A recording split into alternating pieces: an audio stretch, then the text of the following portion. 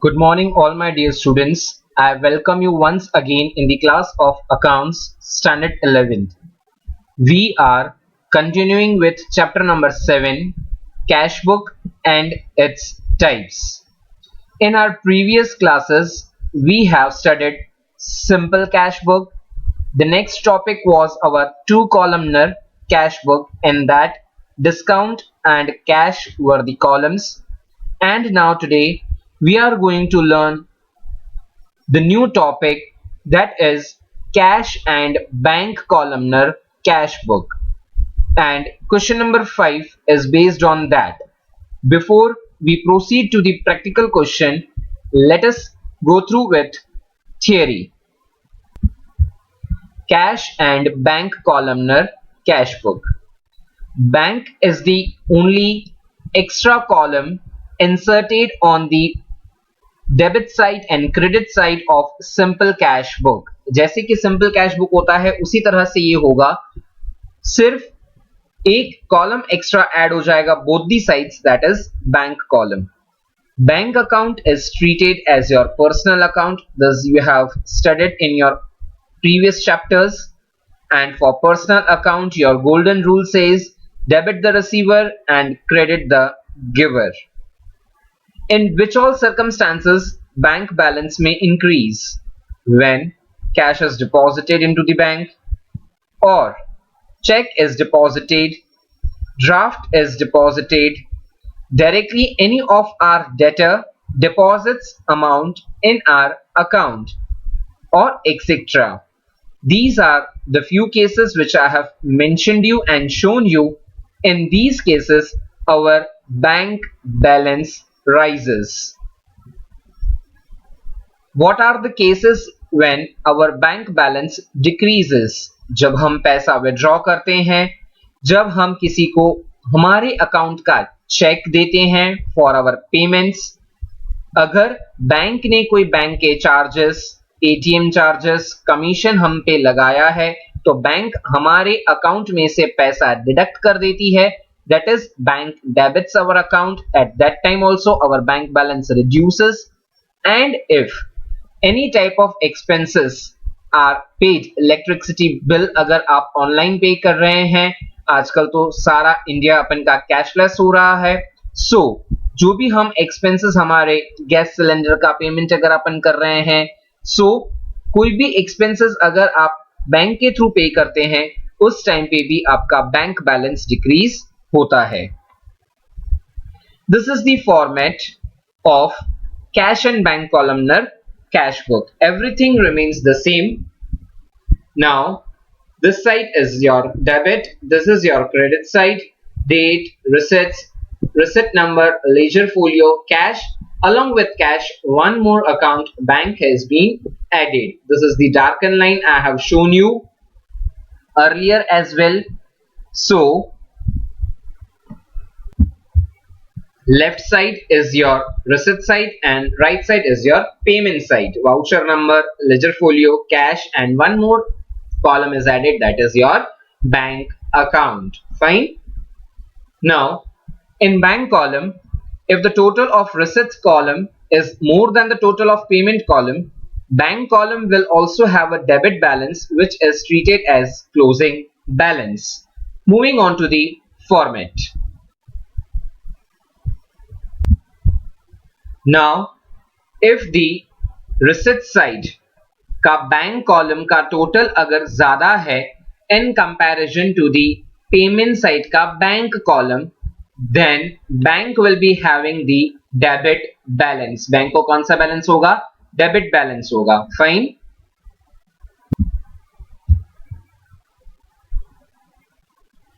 And if in bank column the total of payment column is more than the total of receipt column, the difference is called bank overdraft. यानी हमने payment ज्यादा कर दिया है, जितना अपन के पास balance हो उससे ज्यादा हमने पेमेंट्स कर दिए हैं, तो हम उसे क्या कहेंगे? बैंक ओवरड्राफ्ट कहेंगे. Let us understand what is it. Bank overdraft in short is called as BOD, bank OD. When the trader make agreement with the bank to withdraw more than the balance in his account up to a fixed amount, such facility is known as bank overdraft. Now, this is the facility which bank provides to traders. Looking onto their image, their goodwill, everything, उनकी एक limit बांध दी जाती है. से for example अगर उसके bank में उतना बैलेंस नहीं भी है और फिर भी अगर पेमेंट्स हैं तो उसका चेक बाउंस नहीं होता, जस्ट बिकॉज वहां पर ट्रेडर के साथ बैंक का एग्रीमेंट है कि वो उससे भी ज्यादा विड्रॉ कर सकता है जितना उसके बैंक का बैलेंस हो.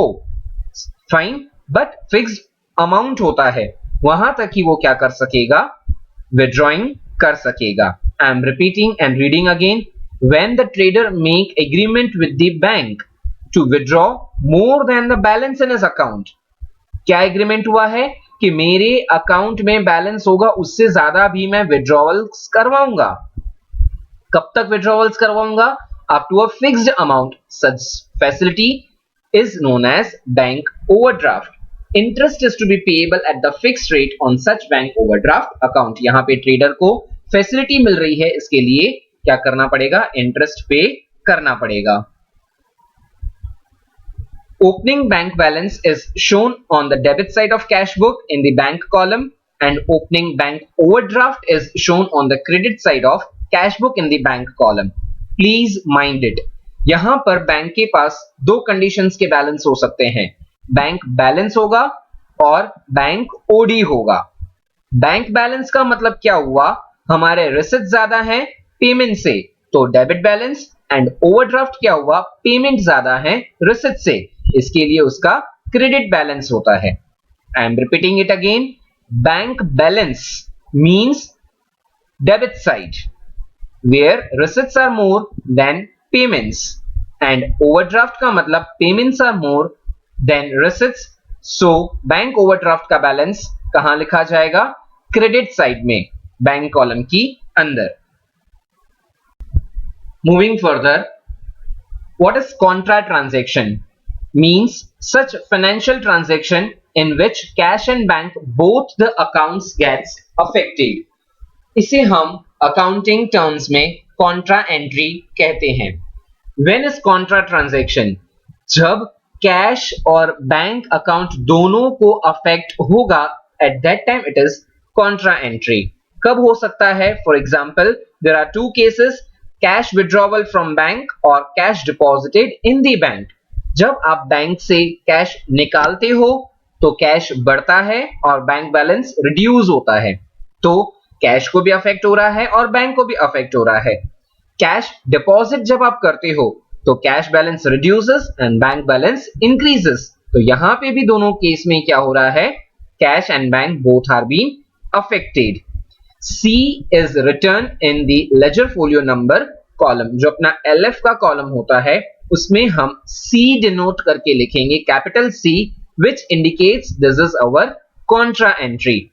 How it works, I am going to explain you practically when it comes in the question. Transactions relating to cash. When any trader or person opens an account with the bank gives him 1 number pay-in slip book, 2 number checkbook, 3 number passbook for smooth banking transactions. जब कोई भी इंसान या trader bank में account open करवाता है तो इसे ये 3 बेसिक नेसेसिटीज मिलती हैं, pay-in slip book, chequebook and passbook. For what purpose pay-in slip book is used? To deposit cash और cheque received in the bank. Cheque receive हुआ है तो भी पे इन स्लिप की जरूरत पड़ेगी, और अगर आपको कैश डिपॉजिट करवाना है तो भी. चेकबुक क्या है? Chequebook is used to withdraw cash from the bank और to make payment by cheque. आपको अगर पैसे निकलवाने हैं या सामने किसी को पेमेंट करना है, दोनों केसेस में चेकबुक का यूज होता है. Passbook is an abstract of the traders ledger account in the books of the bank. Passbook में हमने कितने विड्रॉवल्स किए हैं और हमने कितने डिपॉजिट्स किए हैं उसका डिटेल्ड एक्सप्लेनेशन होता है. That is nothing but passbook. At the end, I am going to show you few of the images which will make you much more clear. Now there are three parties in the check involved. Which are the three? Drawer of the check, drawee of the check, that is bank, receiver of the money. Now you might not be getting who are drawer, drawee and receiver. So I'm going to explain you through one of the example. Gaurang has given a check of his account in SBI amounting to rupees 1500 to Preeti towards amount payable. Now first of all let us understand what is the example. Gaurang ने क्या किया है, एक check बनाया है और कौन सी bank का चेक है, SBI में उसका अकाउंट है और गौरांग चेक को बना रहा है। कितने का चेक बनाया है? 1500 का। किसके नाम का? प्रीति का। ओके, क्यों? क्योंकि प्रीति को उसे पैसे देने थे। Now who is drawing the bill? कौन ड्रॉ कर रहा है? ड्रॉ करना मीन्स कौन बना रहा है? गौरांग बना रहा है, इसके लिए Gaurang is the drawer. ड्रॉई means bank. कौन सी बैंक है? SBI, इसके लिए SBI क्या बन गया? ड्रॉई। किसको पैसा मिल रहा है? Who is the receiver of that 1500 rupees? Preeti is the receiver. So like this way three parties are connected with one check. Drawer बनाने वाला चेक का, ड्रॉई कौन सी बैंक का है वो चेक, एंड रिसीवर किसको ये पैसा मिलने वाला है। There are two types of checks I have shown you in my images at the last. Simple or bearer check, crossed check. What does simple or bearer check means? In bearer check, the bank makes payment to the person who holds the check. जिसके पास भी ये simple या bearer check होगा वो हकदार होगा उतने अमाउंट को रिसीव करने का। फाइन। और बैंक उसको कैश पेमेंट्स कर देती है। सो दैट्स वाई तभी बोलते हैं कि अगर आपका बेयरर चेक गुम हो जाता है या सिंपल चेक गुम हो जाता है तो आपको बैंक में तुरंत ही स्टॉप पेमेंट्स करवाना चाहिए, जिसकी वजह से you are on the safer side कि आपका पैसा कोई वहां से विड्रॉ करेगा नहीं। So simple and bearer cheque means जिसके पास भी वो चेक होगा, the person who will be holding that check, bank is going to make payment to that fellow person. Next is crossed check. In crossed check, the amount is credited in the bank account of the person whose name is written in the check as payee. Cash is not paid.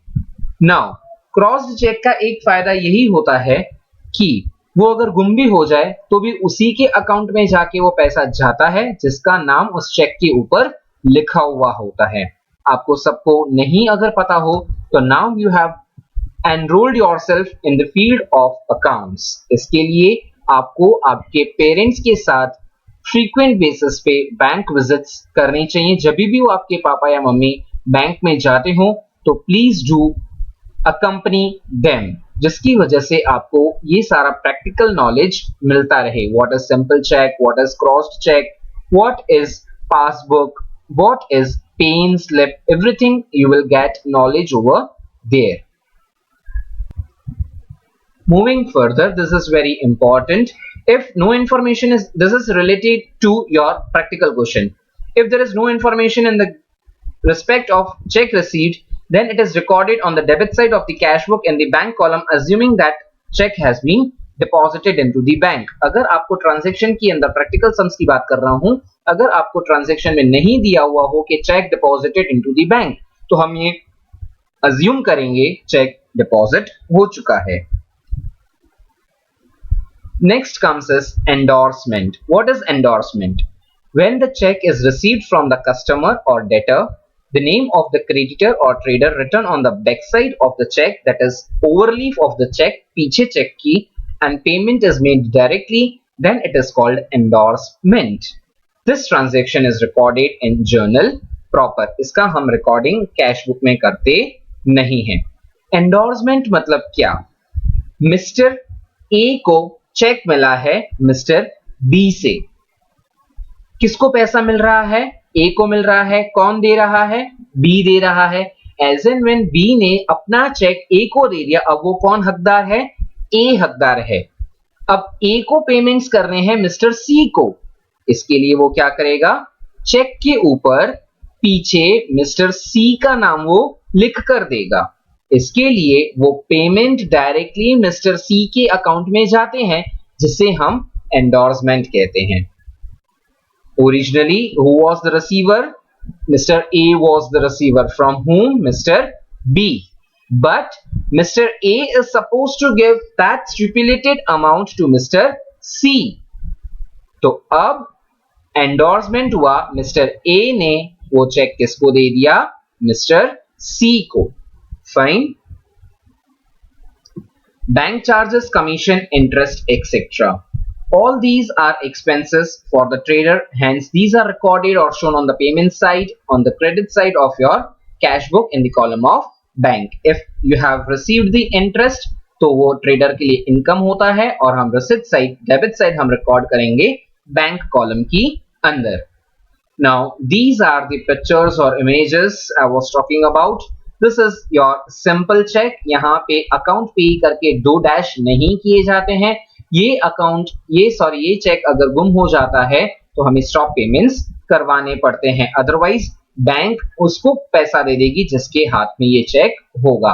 The next one is your crossed cheque. यहां पे लिखा हुआ होगा account पे, that means Atul को ही पैसा जाएगा 10,000 rupees. This is your पे इन slip.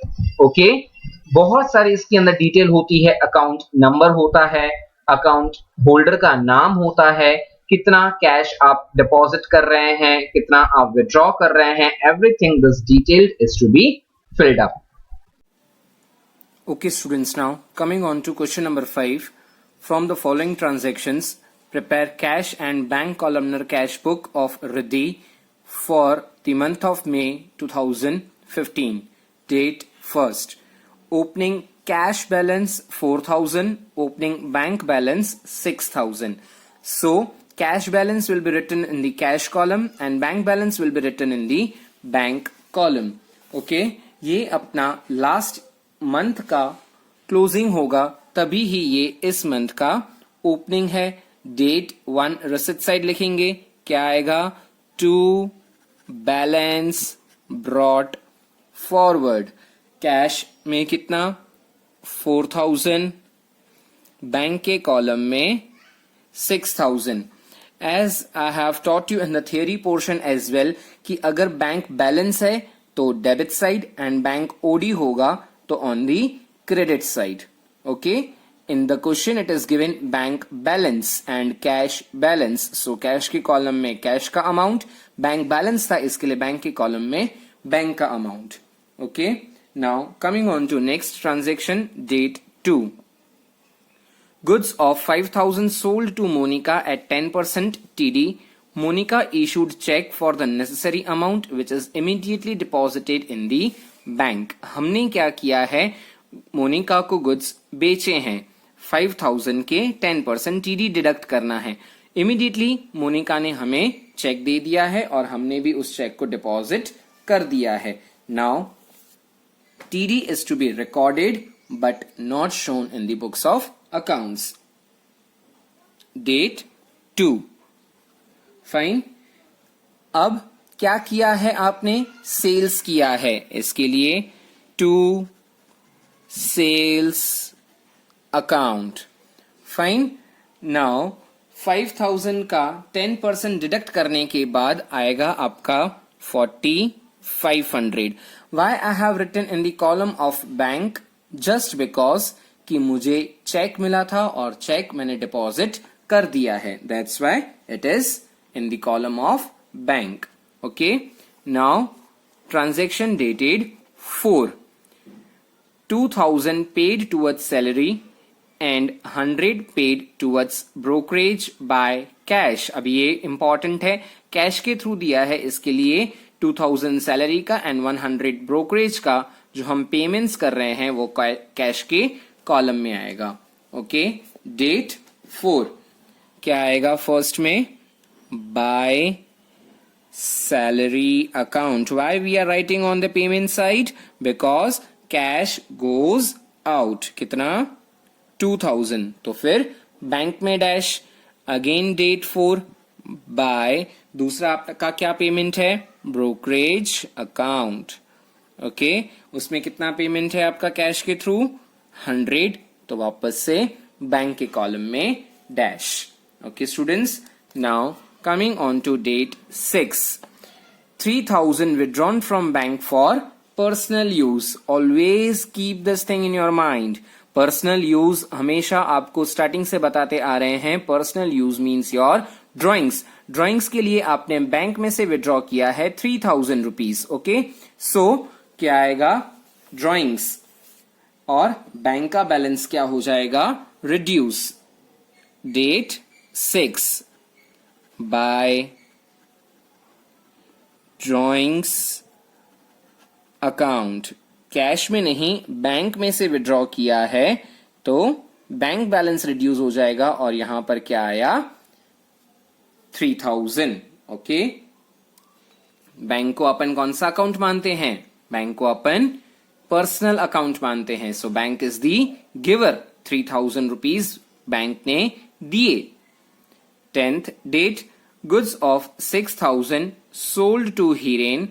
Hiren paid 4000 by cash and remaining amount is paid by check which is deposited in the bank. Total goods हमने कितने के सेल किए हैं, 6000 के, और 6000 का बाइफर्केशन है, 4000 कैश के थ्रू मिला है, और रिमेनिंग, तो रिमेनिंग कितना होगा 2000 we have received through cheque and cheque is also deposited into the bank. Now date 10, हमने क्या किया है, गुड्स हमने बेचे हैं, तो क्या आएगा, to sales account. Okay, cash में 4000 एंड रिमेनिंग बोला था, टोटल सेल्स आपका कितने का था 6000 का, तो रिमेनिंग चेक कितने का बना होगा, is of 2000 rupees. Okay, I hope you all are getting what I am explaining you. Date 12, goods of 5000 purchased and the amount is paid by cheque. हमने परचेज किया है और चेक के थ्रू हमने पेमेंट कर दिया है, परचेजिंग किया है, that means it will appear on the payment side. Date 12 by purchase account, cheque बना कर दिया है, इसके लिए 12,000। Okay, moving further, it was very simple transaction. Again the next is easy, shop rent of 2000 paid by check.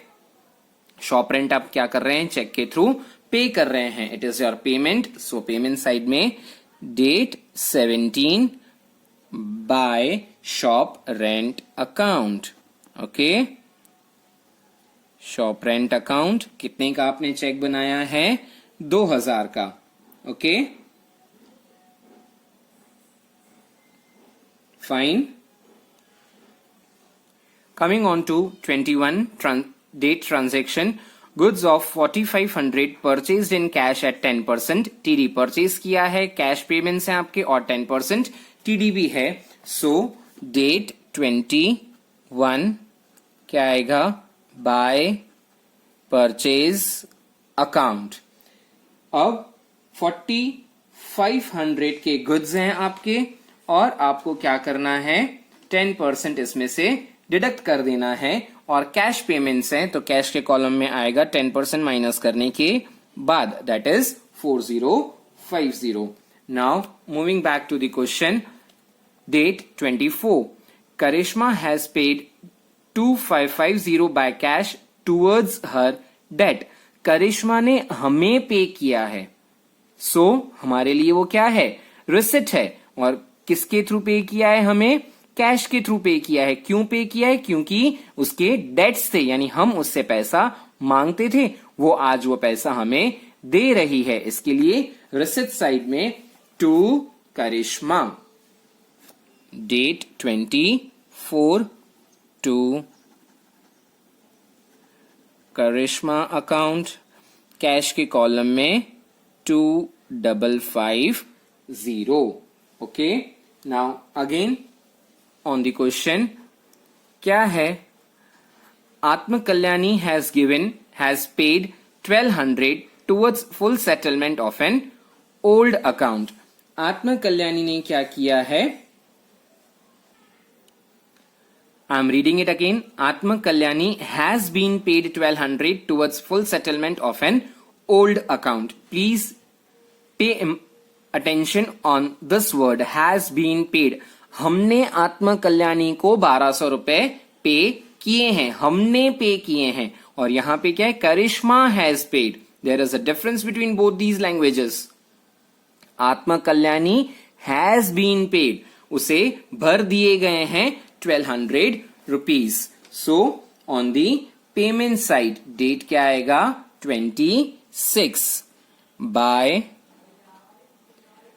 आत्मा Kalyani account. अब किसके through आपने पे किया है? कैश के थ्रू. इसके लिए 1200 rupees. Now on the next page, date 29, Janvi issued a check of 3000 which is immediately deposited in the bank. Janvi ने इशू किया है और immediately क्या हो चुका है? डिपॉजिट हो चुका है. हम कौन है? हम रिद्धि हैं. सामने जानवी इशू कर रही है हमें चेक, तो हम क्या करेंगे? रिसीव कर. So on receipt side date 29 क्या आएगा? जानवी ने चेक इशू किया है, तो टू जानवी अकाउंट. कितने का चेक है वो? 3000 का. So in the column of bank, because cheque का डीलिंग्स बैंक के थ्रू ही होगा. Now coming back on to the question, 1000 cash deposited in the bank. Okay, now this is your contra entry which I have taught you in the theory portion. Cash deposited in the bank. Cash हमने क्या किया है? Bank में जमा कर दिया है. Cash balance decreases and bank balance increases. Bank becomes the receiver and cash goes out. इसके लिए journal entry इसका क्या हुआ? Bank account debit to cash account. Fine. I'm explaining you through writing journal entry.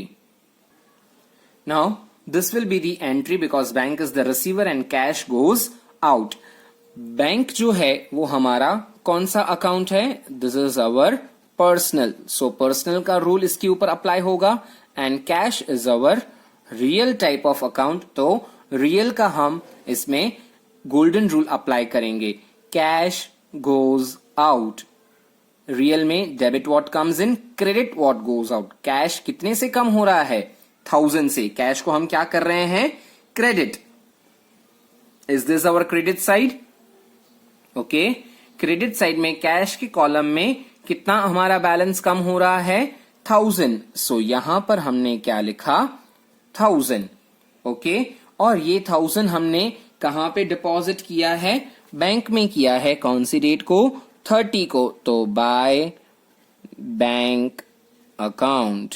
Okay, और साथ में एक और बात मैंने आपको बताई थी कि लेजर फोलियो नंबर में, ठीक है, first one is my voucher number and second is my ledger folio. Second में मुझे क्या लिखना होगा? Capital C. What this indicates? This is our contra entry. Now coming back on to the journal entry. Personal account होता है bank account. Okay, personal के हिसाब से डेबिट करना है अपन को, because bank is the receiver of this 1000. Is this our debit side? Okay, debit side में bank के कॉलम को क्या करना है? 1000 से आपको डेबिट करना है. Date 30 to cash account. Ledger folio में कॉन्ट्रा. बैंक का कॉलम था, हमने कैश लिखा, और यहां पे कैश कॉलम था, हमने क्या लिखा? Bank. Okay, I am explaining you once again. Bank account debit to cash account हमारा जर्नल एंट्री है. Okay, as per the rule of real, credit किसको करना है? कैश को करना है. So this is our credit side. Cash के column को 1000 से आपने क्या कर दिया? क्रेडिट कर दिया, और साथ में ही आपने बैंक में ये डिपॉजिट किया था. ओके, सो कैश यहां पर आपने यूज किया है column. So what you have written? By bank. और बैंक को as per the rule of personal आपको क्या करना है? Debit the receiver. Debit side bank के कॉलम में आपको क्या करना है 1000 रुपीज। ओके, बैंक में यहां पर 1000 आया तो to cash. I hope this is clear to you people. Now as we have completed all our transactions, 30 date तक हमारा लास्ट ट्रांजेक्शन था। 30 की कॉन्ट्रा एंट्री होने की वजह से हमने 2 इसकी एंट्रीज की हैं। फाइन एंड लेजर फोलियो में हमने सी लिखा है। नाउ आफ्टर द कंप्लीशन हमें क्या करना होगा, टोटलिंग्स करने होंगे। टोटलिंग्स में सबसे पहले आपको क्या करना है, कैश का टोटल करना है। माइंडेड बस मुझे यहां पे दिख रहा है तो मैं यहां पे टोटलिंग कर दूं, नहीं, पेमेंट आपकी ज्यादा है। पेमेंट से भी 2-3 लाइन जहां पे आपका सम कंप्लीट हो रहा है उससे 2-3 लाइन का गैप रख के आप क्या करेंगे, टोटलिंग्स करेंगे। ओके, इसके ही पैरेलल में आपको यहां पे भी टोटलिंग्स करने होंगे। ओके, नाउ आपको क्या करना है, total of cash 4 + 4 + 25 50 that turn up to 10,550। Okay, यही सेम 10,550 हम कहां लेकर जाएंगे, ऑन दी क्रेडिट साइड। कितना आएगा 10,550। ये 10,550 कहां से आया था, टोटल ऑफ ऑल दीज, उसको हमने यहां लिखा, फिर हमने यहां पे कैरी फॉरवर्ड किया। यहां पे लिखने के बाद अभी आपको क्या करना है, क्रेडिट साइड के कैश कॉलम के ये सारे जितने भी हैं इन सबको आपको डिडक्ट करना है, रिड्यूस करना है। Which is the month we are running, May में कितने दिन होते हैं 31। सो बैलेंसिंग जो भी अपन करेंगे दैट विल बी ऑन 31। अब ये क्या निकलेगा आपका, by balance carried forward. This is our closing balance. 10,550 में से जब ये पूरे आप ट्रांजैक्शंस के अमाउंट्स को डिडक्ट कर देंगे, your last balance will be 2,200। Okay, in the same way हमें क्या करना होगा, बैंक के कॉलम को टोटल करना है 6,000, 45, 2, 3, 1। इन सब का आप टोटलिंग करेंगे तो it will come to 16,500। Same 16,500 हमको यहां पे क्रेडिट साइड लिखना है, और ये 1, 2 and 3, 3,000, 5,000 and 2,000, 3 की 3 अमाउंट्स को माइनस करने पर जो आपका बैलेंस आएगा that will be 6,500। So these are your closing balance. ये क्लोजिंग है किसके मंथ के लिए, मई के लिए। तो ओपनिंग किसके लिए होगा, it will be the opening for जून। हम यहां पे दिखाएंगे 2015 June 1 to balance brought forward. Brought forward indicates this is our opening balance. Okay, ये opening balance है। कैश का कितना बैलेंस है 2200, तो 2200 कैश के कॉलम में। बैंक में कितना है, इट इज 6500, तो बैंक के कॉलम में 6500। I hope you all have understood question number 5, and your today's homework is the same sum which I have explained you. Question number 5 along with that illustration number 3 will be in your homework. Thank you, students.